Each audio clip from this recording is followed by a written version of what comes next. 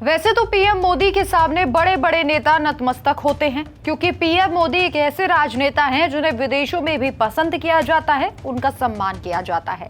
लेकिन सबसे हैरानी की बात तो यह है कि विपक्षी पार्टी के बड़े चेहरे भी पीएम मोदी और बीजेपी की ताकत को अब पहचान रहे हैं। जी हां, कांग्रेस नेता राहुल गांधी ने एक वीडियो शेयर किया जो जमकर वायरल हो रहा है, जिसने पूरे राजनीतिक गलियारों में हलचल मचा दी है। राहुल गांधी ने पश्चिम बंगाल के मतदाताओं को संबोधित करते हुए कहा कि अगर ममता बनर्जी ने साफ सुथरी सरकार चलाई होती और राज्य को ध्रुवीकरण से बचाया होता तो भाजपा के लिए बंगाल में रास्ता ही नहीं खुलता। यानी राहुल गांधी कहीं ना कहीं मानते हैं कि पश्चिम बंगाल में बीजेपी का रास्ता खुल चुका है, जीत हो चुकी है। उन्होंने ममता सरकार पर भ्रष्टाचार और विभाजनकारी राजनीति का आरोप लगाते हुए ये स्वीकार किया कि टीएमसी की गलतियों ने ही भाजपा को राज्य में प्रवेश का मौका दिया। अब वेस्ट बंगाल भाजपा ने इस मौके को तुरंत लपक लिया।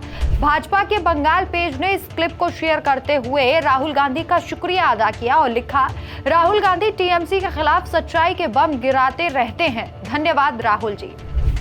अगर ममता जी ने साफ सुथरी सरकार चलाई होती, अगर ममता जी ने बंगाल को पोलराइज नहीं किया होता तो बीजेपी के लिए रास्ता नहीं खुलता। ये छोटा सा 13 सेकंड का क्लिप है जो पूरे वीडियो का ही एक हिस्सा था। राजनीतिक विश्लेषक इस घटना को राहुल गांधी की मजबूरी का संकेत मान रहे हैं। जब कांग्रेस का अपना वजूद बंगाल में लगभग खत्म सा है तो राहुल ममता सरकार की आलोचना कर रहे हैं और ये भी कहा जा रहा है कि इस आलोचना ने कहीं ना कहीं बीजेपी को मजबूत किया। बंगाल में भाजपा की बढ़ती लोकप्रियता, प्रधानमंत्री नरेंद्र मोदी के विकासवादी छवि और केंद्र की योजनाओं का सीधा असर अब आम जनता तक पहुंच रहा है। पिछले कुछ सालों में पश्चिम बंगाल में भाजपा ने जबरदस्त विस्तार किया। राहुल गांधी का ये वीडियो कई मायनों में ऐतिहासिक है। ये पहली बार नहीं जब कांग्रेस नेता ने सहयोगी दल की आलोचना की हो, लेकिन बंगाल जैसे संवेदनशील राज्य में यह बयान विपक्षी एकता की कमजोरी को उजागर करता है।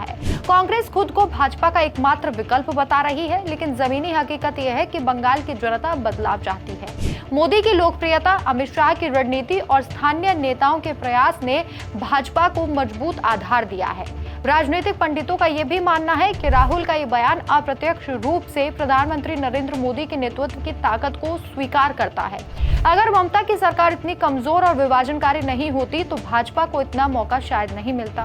ये दरअसल मोदी के जलवे का प्रमाण है कि विपक्षी नेता भी अब ये मानने को मजबूर हो गए हैं कि बंगाल में बदलाव की लहर आ चुकी है। राहुल गांधी का ये वीडियो इस बात की पुष्टि करता है कि टीएमसी की नाकामी ने भाजपा को मजबूत किया। ये वीडियो चर्चा का विषय बन गया है। भाजपा इसे अपने प्रचार के लिए इस्तेमाल भी कर रही है, जबकि कांग्रेस और टीएमसी दोनों ही असहज हैं। राजनीति में कभी कभी विरोधी का बयान भी अपने पक्ष को मजबूत कर देता है। राहुल गांधी की ये क्लिप भी उसी श्रेणी में आती है।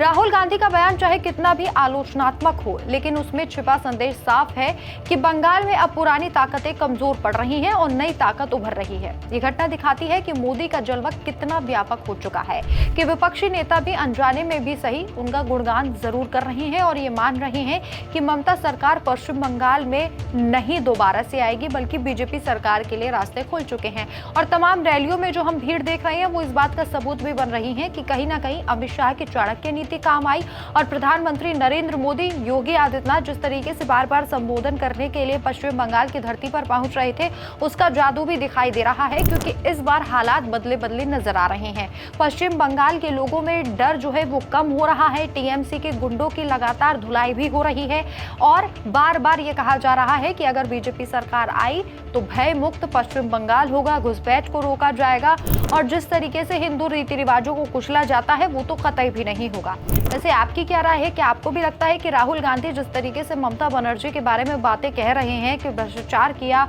और अगर ऐसा नहीं होता तो कहीं ना कहीं बीजेपी के लिए रास्ते नहीं खुलते? आपकी क्या राय है? कमेंट करके अपनी राय जरूर बताएं। नमस्कार।